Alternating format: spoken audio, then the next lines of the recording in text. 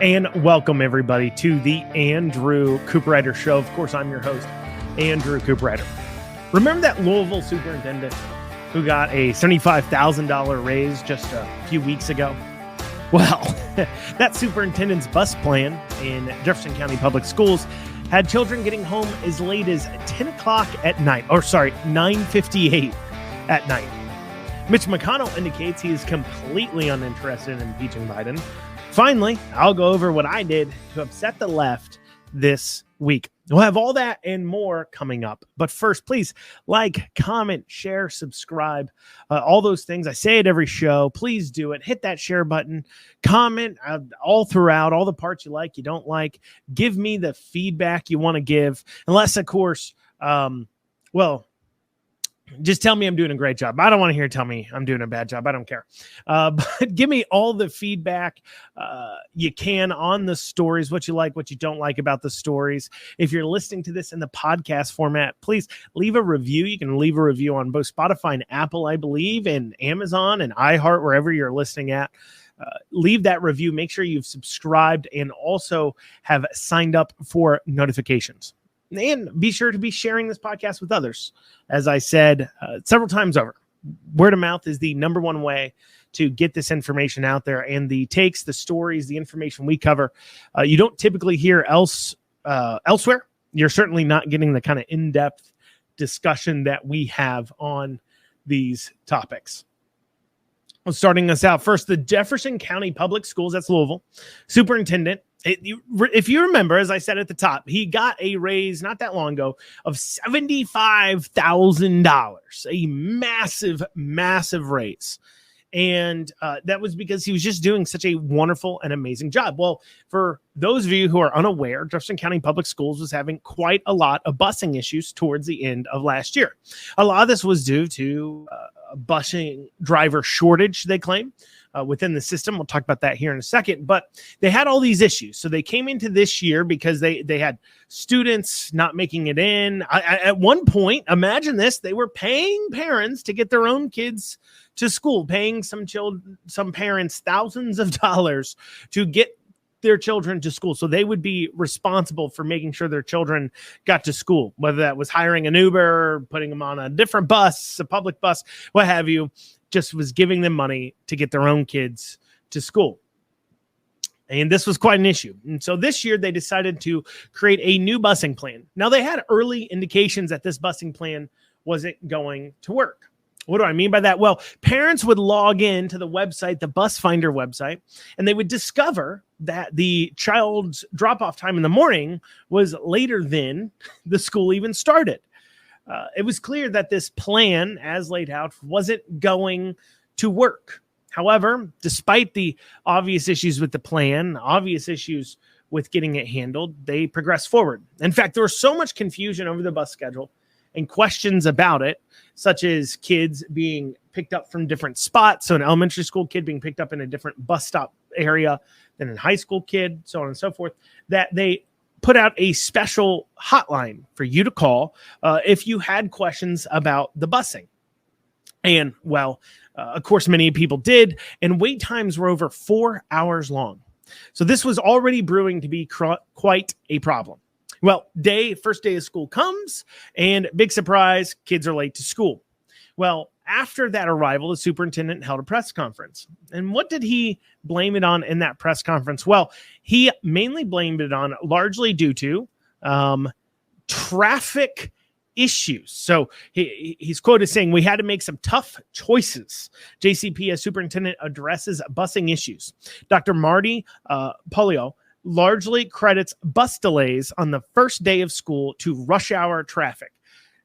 As if I guess because they changed up some start times, it was heavier traffic than they thought it was. Though one would imagine if you are putting in place a new bus plan, you would have buses for maybe, I don't know.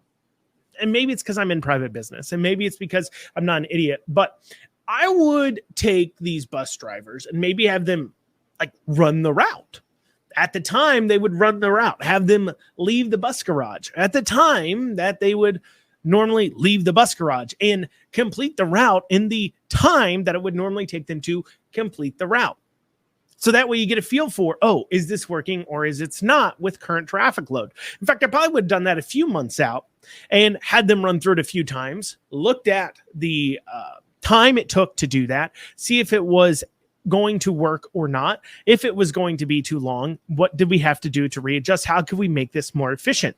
But instead of apparently practicing it or doing it, they decided to go ahead and throw them to the wolves. And this is all stated, remember, to prevent them from missing out on school.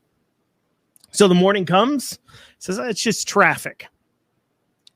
I don't think it was just traffic, though, because come that afternoon when they were dropping off students, they ran late again. In fact, the last student to be dropped off was dropped off at 9:58 p.m. Now, I don't know about you, but the traffic issues at 10 o'clock at night are generally not that bad. Now, I know Louisville's a different animal than Lexington or other parts of around the state, but I have to imagine rush hour traffic at 10 p.m. on a Wednesday night is really not that big of a deal.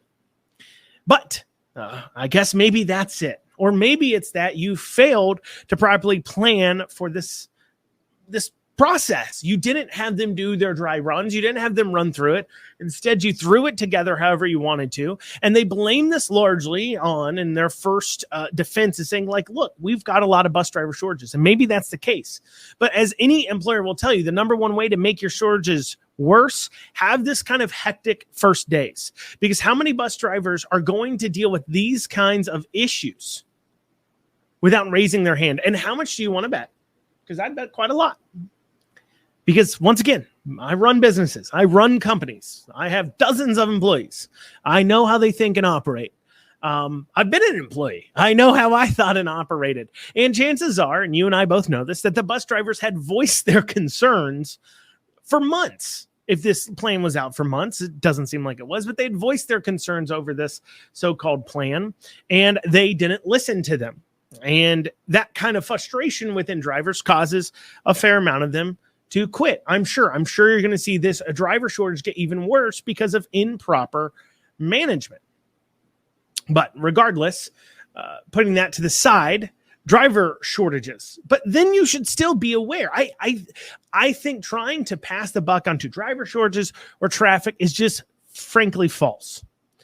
It shouldn't be a surprise that the last student was dropped off at nearly 10 p.m. at night. Because if you'd done your proper practice and your proper testing of going through the routes several times so the bus drivers were aware of it and you were aware of the timing like you should have been doing for the last several weeks, well, then nothing should be a shock at all. It should be well aware of what's going to happen or not. So either you sent them out there knowing they wouldn't get home till 10 o'clock, or you're just horrible at planning.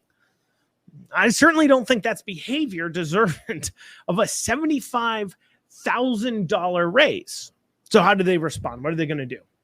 Well, they've said they're going to take off the next 2 days and use those 4 days because they're taking off yesterday and today. So Thursday, Friday, and Saturday and Sunday.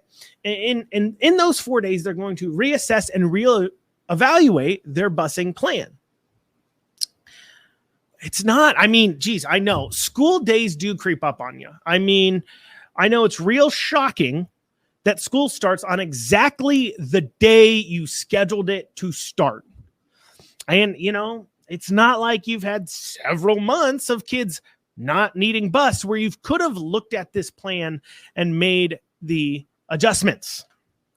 In fact, I find it frankly shocking that you think, oh, I need 4 more days now to reevaluate and figure this out. What have you been doing the last several months and weeks? Not practicing it? I'm just thinking of the mechanics here. Honestly, what could have happened on that day to make it so vastly different? Unless somebody called out, but they're not talking about that. And obviously the long-term solution is to fix your driver shortage. Large part of that doesn't have to do with pay per se, as much as it has to do with the working environment. Let's face it. Many of these kids are out of control. How many stories do we see recently of young high school students, middle school students, getting into brawls on the bus. I mean, how many stories are we seeing of young kids, mob actions in the streets? We saw that here recently in New York City. Of course, we've seen these types of young adult violence in cities like Louisville recently. As much as Bashir wants to hide from it, I mean, let's not forget that Bashir just conveniently forgot 100 murders that happened in Louisville in order to try to make his stats look good. But putting that to the side, you're dealing with these children who are just not well behaved. And there's a real problem there that we have to deal with as a society, not as a government. It's not the school's job. It's not the government's job, but we as a society, because this issue is being caused by simply bad parents. Or perhaps maybe the schools should spend more time trying to figure out how they're going to get the kids to school on time and a reasonable amount. Then they spend debating whether or not they're going to follow the new transgender law in Kentucky. I mean, let's keep in mind this same district that gives this guy this raise that can't get their busing right has taken several board meetings to figure out whether or not biological boys are allowed to use women's bathrooms, because truth be told, that was a greater concern to them. In fact, I had to guess in the main administrative building, they didn't spend a lot of time talking about the busing, clearly, as the problem put out. They concerned more with being able to go ahead and fight back on a law that they don't like from the state because it requires them to tamp down their leftist, far left beliefs and treat students like students, not like their children for you to indoctrinate and shape into your viewpoints instead of their parents. Though it is funny to see Jefferson County Public Schools, a system that's having issues with busing, had no problems busing several bus loads of children to the Capitol in order to protest that same law, Senate Bill 150. There just this last spring. If you would remember, Jefferson County Public Schools is the school district that bussed in several bus loads of children to protest on that bill. They didn't have a trouble finding bus drivers that day, almost like if something's important enough to them, they will get it handled. It just turns out that getting kids to school on time isn't an important enough item to them. So what happens here? Do they make the necessary adjustments? Well, one, if they're able to drastically change this in 4 days, it really just proves my point. They failed to properly prepare. They failed to take the time they needed to make sure that one of the basic functions of a public school system, busing kids to school and then teaching them and then busing them home, worked properly. If they're really able to fix this in just 4 days. Regardless, I hope it gets better. I do, because these children don't need to be getting home at that time. Parents left in horrible situations and simply having 2 quote unquote snow days. That's how they're categorizing it. Just because your administration of your schools has no clue what they're doing is awful and horrific. I know that if I was a parent, I'd be asking Jefferson County Public Schools why they gave him that $75,000 raise to their superintendent in the first place. Can't even do one of the basic functions of school at all. Well, coming up after this, Mitch McConnell has come out and said that he is not super on board with this whole impeach Biden thing. He doesn't like it. We'll go over his remarks and how that ties into a greater issue going on in our politics after this. McConnell warns House GOP on Biden impeachment. He says it's not good for the country. Well, McConnell, you know it's not good for the country? The Trump indictments. I mean, honestly, what does McConnell expect to happen as more and more evidence becomes clear on Biden? I mean, at the end of the day, people's frustrations, they want to feel like the government's working for them. And I understand that there is party politics of parties going against each other. But the point is that the Republicans are electing the Republicans to politically fight for them on their behalf in DC.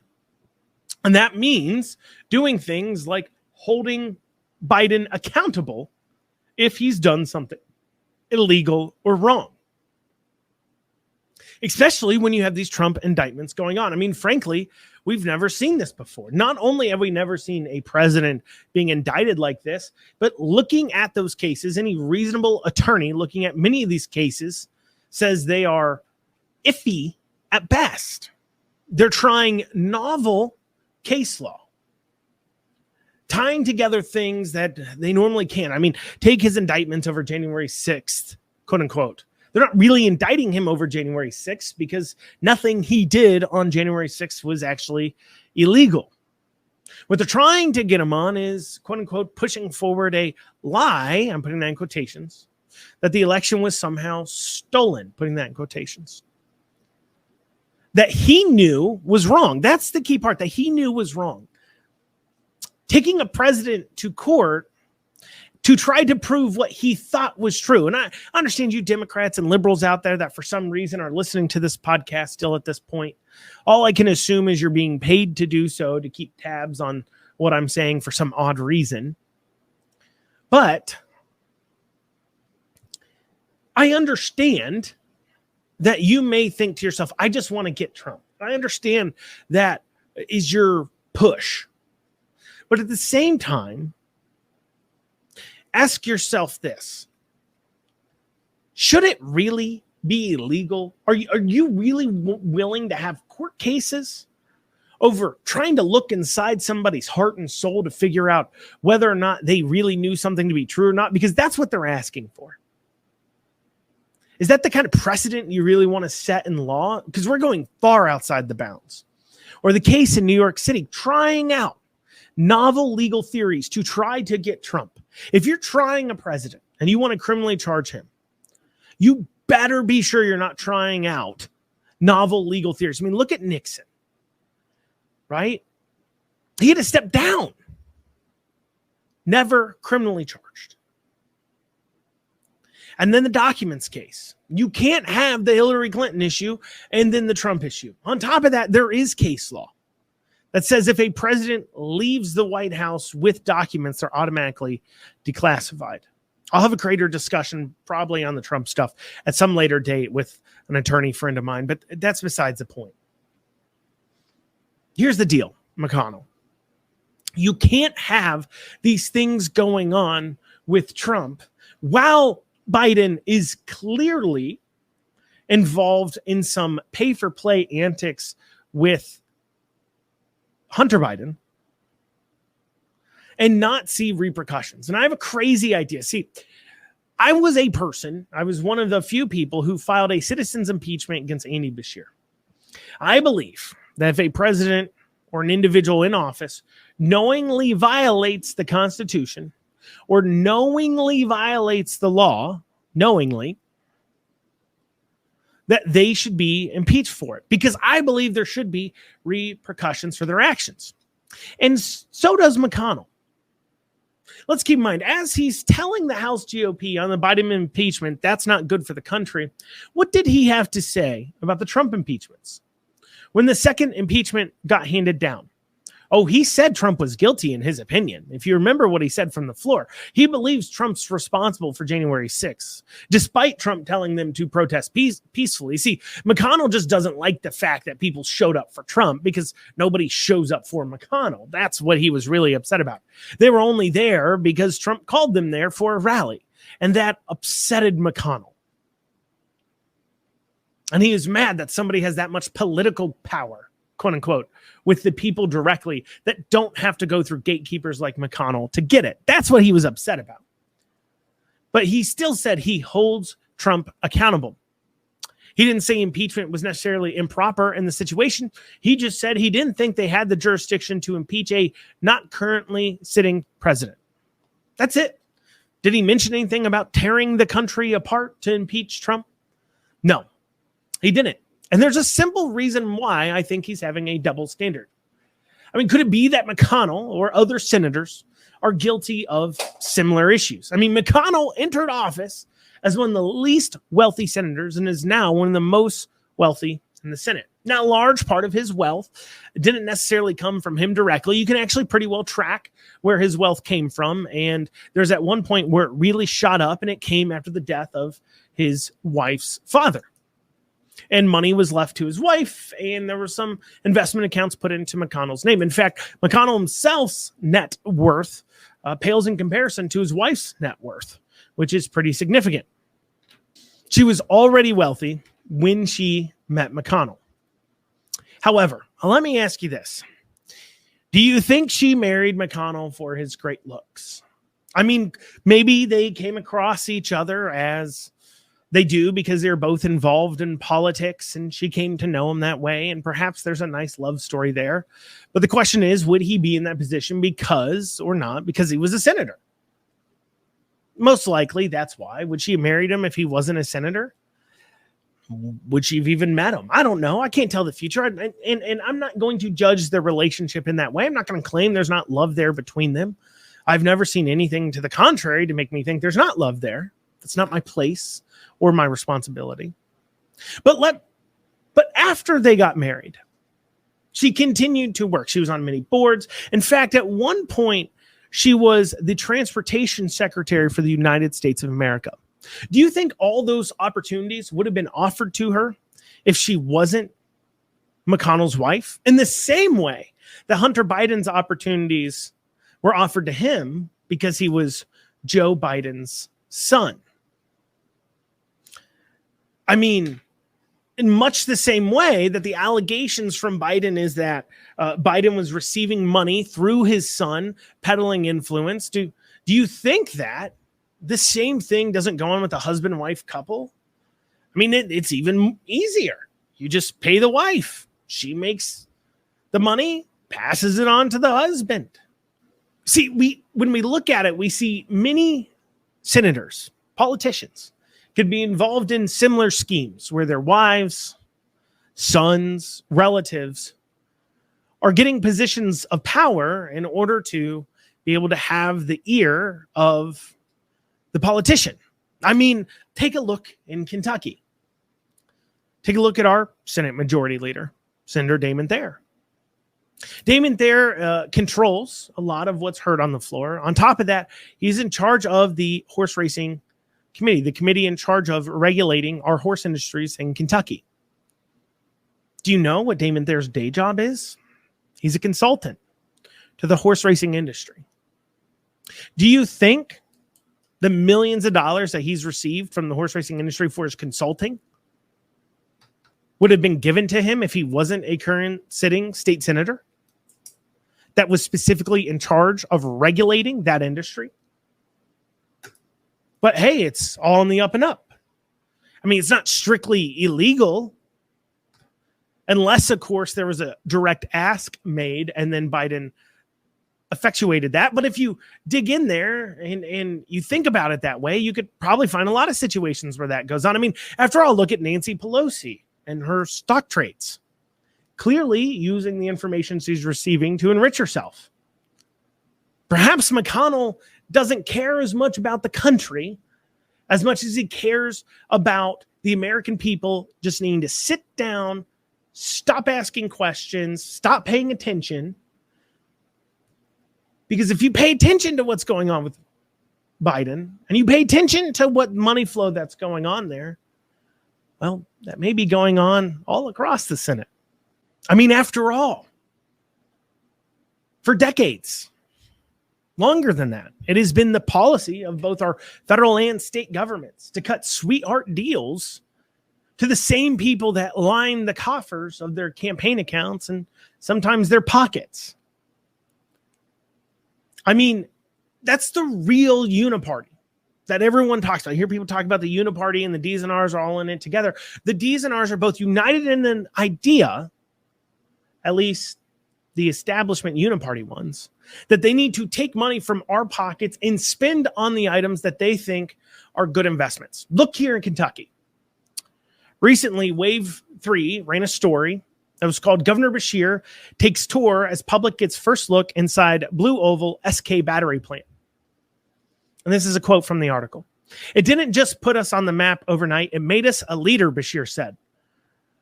while touring one of the two massive buildings where the batteries for Ford electric vehicles will be assembled. And these plants up and operational are only going to bring in more suppliers, more jobs, and more national attention to Kentucky. A $5.8 billion investment and a promise of thousands of jobs are numbers that are hard to beat. Governor Andy Beshear is counting on that to win re-election as the Blue Oval Battery Park continues to take shape. Now, we as Kentuckians, you the taxpayer, gave that company almost $500 million, $410 million out of our pockets. That's not even including tax carve-outs. That is cash, free land, free training for employees. To do what?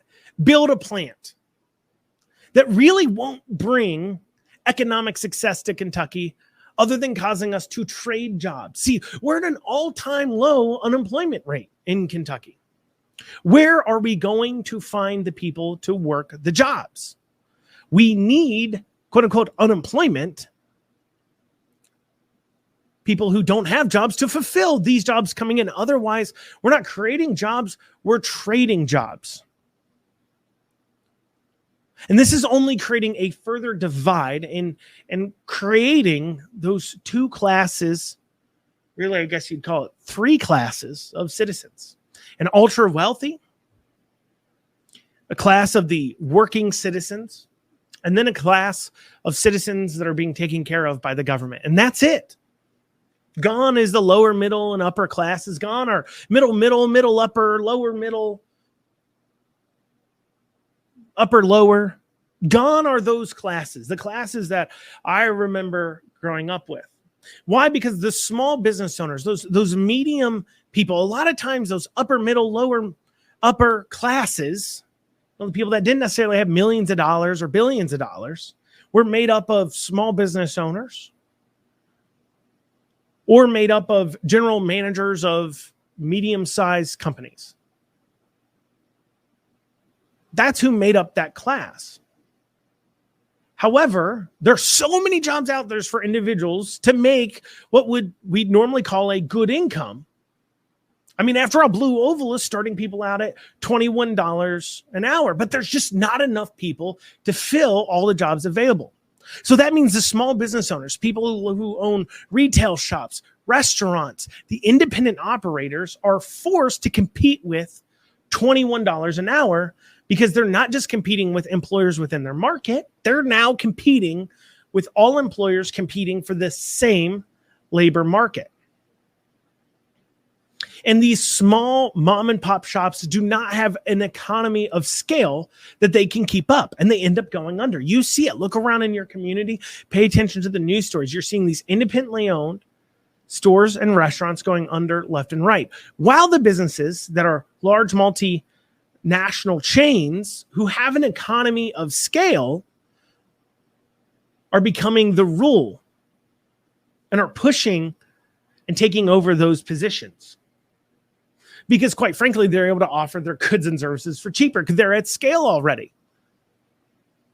You see the small mom and pop business that maybe owns a few places are trying to pay their mortgage and their rents, their cars, their pay for their kids to go to school, all off just those two locations. The large multinational corporations, they can survive off of just maybe making $1 a transaction because they're seeing such a large scale. But the small mom and pops, $1 a transaction doesn't even pay the rent. This isn't capitalism causing it. It'd be fine if it was. If it was literally the free market at work, then so be it. But this isn't the free market at work. This is citizens like you and I being forced to, at gunpoint from our government, subsidize large corporations' investments. What happens if Blue Oval goes under? Do any of the decision makers, not even just the government ones, but does Ford's decision makers, their board, their CEOs, the people who decided to build that plant that ultimately made the decisions that led to it possibly going under if it does, do they have to pay for those differences out of their own pocket? No. If Blue Oval goes bankrupt, it probably doesn't even mess with Ford. It's most likely, I have to imagine, considered its own entire corporation, a subsidiary of the greater corporation who's owned by people. There's so many layers of liability that if Blue Oval goes under, it goes under. Nobody loses anything other than, of course, the taxpayers who gave them the billions of dollars, whether it's from federal or state, to build the facility. I'm not saying Ford's not risking anything. Sure, they're putting in $1 billion or $2 billion. But what are they making in return? I mean, they're literally getting billions of dollars out of the taxpayers' pockets. This is not capitalism. They don't even have to sell this to investors. Think of how many investors, if you're trying to do a startup battery plant that costs billions of dollars, think of how many investors you'd have to get to raise $500 million, $500 million, to get them to put that in board. How many pitches would you have to make? I mean, normally companies don't see that till they go public. Or in Ford's case, they should issue more stock, sell stock to raise that capital if they want to make that investment. But instead, all they have to do is go to Andy Beshear and a few other politicians within our Senate and state House and convince them that it's a good idea, and it's a good idea for them to risk money that isn't even theirs, and that way they can run on the accomplishment. We are literally electing these people, as this article pointed out. Those numbers he's going to run on, it's going to help him in re-election. Him stealing money from us will be what helps him win re-election.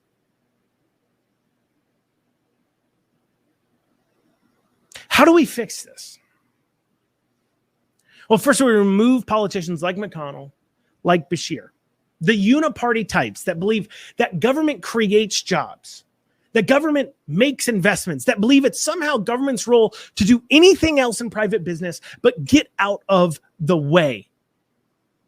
That somehow believe, I mean, the absolute bullheadedness of these politicians, all of them, to pretend that they're so knowledgeable and so smart that they can be the puppeteers on an economy.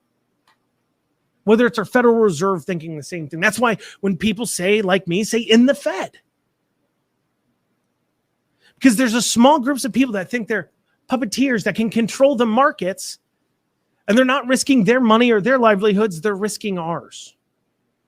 Meanwhile, they're funding a new monetary class system where there's no more middle.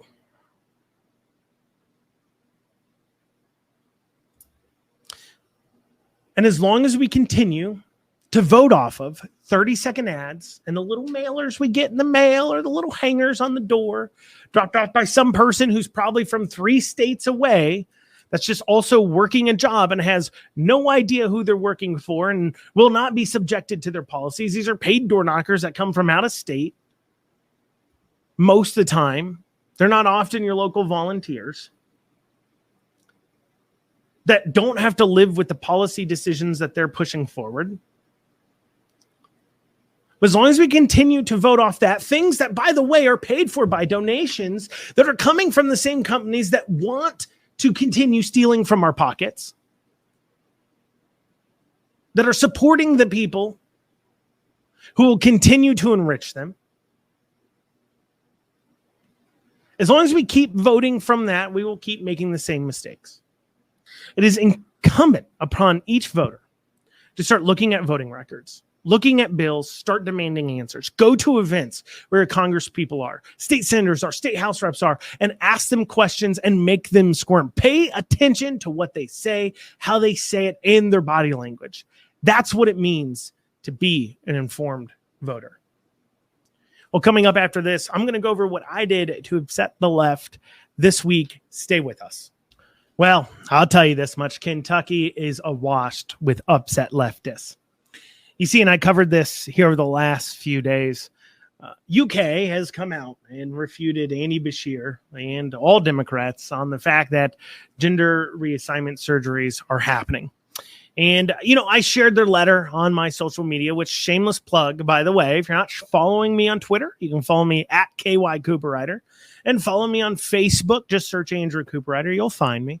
If you're not following me there, please do. Please like and follow and all that other garbage. But anyways, and on those sites, I have been sharing the letter and a few hot takes. And naturally, the left has been very upset. When the letter was first shared, we saw a few reactions from people. Here was one when I first shared it on to my Facebook from a longtime far left commenter, very far left, really lacks logic. This is one of those commenters that she really thinks, I'm assuming it's a she, he, whatever, it really thinks that they are super, super logical, but are in fact extremely dishonest and illogical. In this case, when the letter was posted, said, please note, Mary Miller said, please note, it's stated regardless of the reason. It's not proof positive. These surgeries were specifically for gender reassignment. Now, of course, the letter in question was pretty straightforward and clear on what it meant. It was for gender reassignment. In fact, UK confirmed the letter's real and they are doing it for gender reassignment. Now, I will give Mary Miller credit that she keeps up her dumb comments like this, doesn't delete them, even when she's been proven to be way off the mark. And a part of it is because the intellectual dishonesty is so grand. I mean, after all, speaking of another person reacting to the letter, now this wasn't on one of my posts, but this was on a post that Austin Horn had made, who wrote that Herald Leader article about it when the first articles wrote about it. This was a comment on his post. It said, this is only done on this is about the gender reassignment surgeries. This is only done on children born with both body parts, male and female. This is very hard on the family of these children. Please stop telling lies again on children born with both body parts, male and female. Well, frankly, that's not the case. That's just untrue. That person made it up. University of Kentucky didn't say that. Nobody said that. They made it up. So first, they get hit with denial. And then next came anger. And the anger from them came in an interesting format. It came in two forms. One is saying, you know what? We're mad at UK for even saying this. In fact, you could go, if you search right now, you can see headline after headline saying, letter complicates things.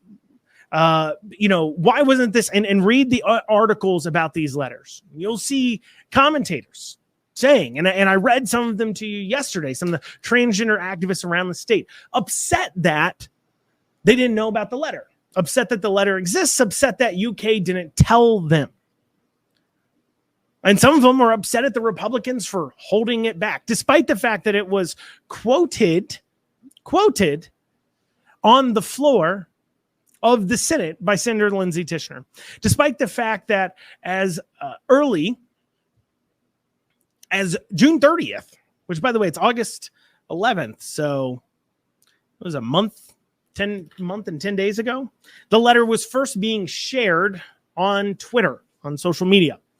But of course, Beshear didn't ask those people. He didn't talk to the legislature. He didn't ask the medical experts, as you're supposed to. No, he reached out to the Fairness Campaign, which assured him it wasn't happening. And that's what they're upset about. But what's so funny is as I read these articles about Republicans pouncing and how the Democrats are upset about the timing of the letter and so on and so forth, what I don't hear from these Democrats who said they're against these surgeries, they're awful, nobody would ever be for them, is that, well, anger at UK for even doing the surgeries. No, instead, they're angry at UK for releasing the letter. I'm angry at UK for doing the surgeries. In fact, if Andy Beshear was really against the surgeries, he would be talking about looking at UK's practices, possibly malpractice suits, because supposedly this is not good medicine. This is bad medicine. Nobody would ever be for this, right? But anger didn't just take that form, of course. They're angry at the messengers. Take a look at this comment here.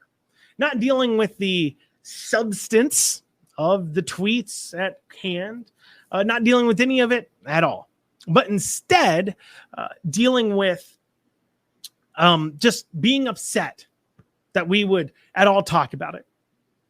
They post this meme. Election stolen, immigrant invasion, CRT taking over, Democrats destroying your America. You may be suffering from delusional Republican syndrome. See, it's just not happening. They're angry at you for pointing these things out. Why are you obsessing over these children like this? Well, maybe it's because when I hear that people are, disfiguring children and mutilating them, it makes me angry. Maybe because I'm a freaking human being. That when I see children being victimized, I'm highly upset about it. And of course, here's another response from another far left crazy person. Saying, I wonder if Andrew remembers a time before his politics became so much about hating trans people and trans kids. What about hating immigrants and gay people and teachers and single moms and Muslims? Andrew, please save some of your conservative hate for them. 2, make your family proud. Well, first off, let me be very clear. I don't hate trans kids. Hate's a pretty strong word. But I think any parent that has messed up their job of parenting so badly that they have arrived at a point where so-called mental health treatment, the best case here is to chop off their healthy tissue so they don't commit suicide, has failed as a parent. They're horrible at their job at that point. I don't hate trans kids. I feel awful for them. I hate the fact that their mental health issues have not been properly treated. I don't hate trans kids. I look at their parents as weak, small-minded individuals who've decided to get their acceptance and love and specialness by treating their child like an accessory, by raising their children with this idea that they can somehow just change genders. If your 7-year-old comes to you, and Neo said this recently, and of course he's being canceled, but if your 7-year-old comes to you and says, I think I'm a girl, ask them what a girl is. Like, you need to define it. They don't know because they're 7. But you, because you're a bad parent, will continue to buy into that lie. I don't like you. Feel horrible for your kids, though. As far as the rest of the hate, don't hate immigrants. I hate an open border. I don't hate Muslims at all. I hate terrorism, no matter who's doing it. And it's racist of you to assume that if terrorism is being done by Muslims. I just hate terrorism of any kind. In fact, if you rewind to a few episodes ago, a few weeks ago, I defended a Muslim woman's religious rights when they're violated by the Lexington Detention Center. But of course, that's what they have. They can't actually deal with the problem in front of them because, well, frankly, they're on the losing side of this issue and they know it. Instead, they have to name call and get angry and upset. Not upset at UK for doing the surgeries, upset for not telling them. Not upset and arguing with us on our points that these surgeries are wrong, but instead trying to attack us as individuals instead of trying to attack our ideas. And finally, they moved on to their new narrative of acceptance. Take a look at this response to when Austin Horn tweeted out his article. They said, there is a huge difference between a child and an older adolescent. This is from, I guess it's Margie the Bad Typist. They said, there is a huge difference between a child and an older adolescent. There's also a huge difference between breast removal and gender reassignment. There is a reason there are 2 different words. No one is doing gender reassignment surgery on children under 13. So let's talk about this, okay? Remember, at first it was these surgeries aren't happening on minors. And now we're being told that, well, no. There's a big difference between children and older adolescents. And if you paid attention to yesterday, I said, well, it appears UK is doing surgeries on young as 15. And in this person's own tweet, they decide that children is now not under 18, but is now under 13. So nobody's doing surgery on children has moved from under 18 to 13 because, well, that's their new narrative as they push that envelope farther and farther. And then this completely moronic individual comes out with their next statement. There's a huge difference between breast removal and gender reassignment. Is there, though? What is that difference? And I said this, I think, in my podcast this week. Please slowly explain to me what the difference is. You're doing surgeries on minors because they believe they're a different gender. Yeah? So what's the difference? Where the surgery is located? It's like saying there's a difference between chopping an arm off and chopping a leg off. No, you're chopping. If both are healthy, they're the same thing. There is not a huge difference. The reason why there's two different words is because, well, in medicine, you typically have two different words for surgeries that take place in different places. If you're having joint surgery on your knee and joint surgery on your elbow, the surgery's called two different things, but it's still a surgery to fix a joint. And then they give us the piece of resistance. No one is doing gender reassignment surgeries on children under 13. And there it is. The goalpost is officially moved from it being children under 18 to now under 13. Interesting. Almost as if they were never against doing surgeries on minors to begin with. Well, that's what we have time for on the Andrew Cooperrider Show. Thank you all for joining us this week. And we'll have a new episode on Monday, 1 o'clock. Remember, tell your friends, tell your family members, get the word out, share the show. Y'all have a great rest of your day.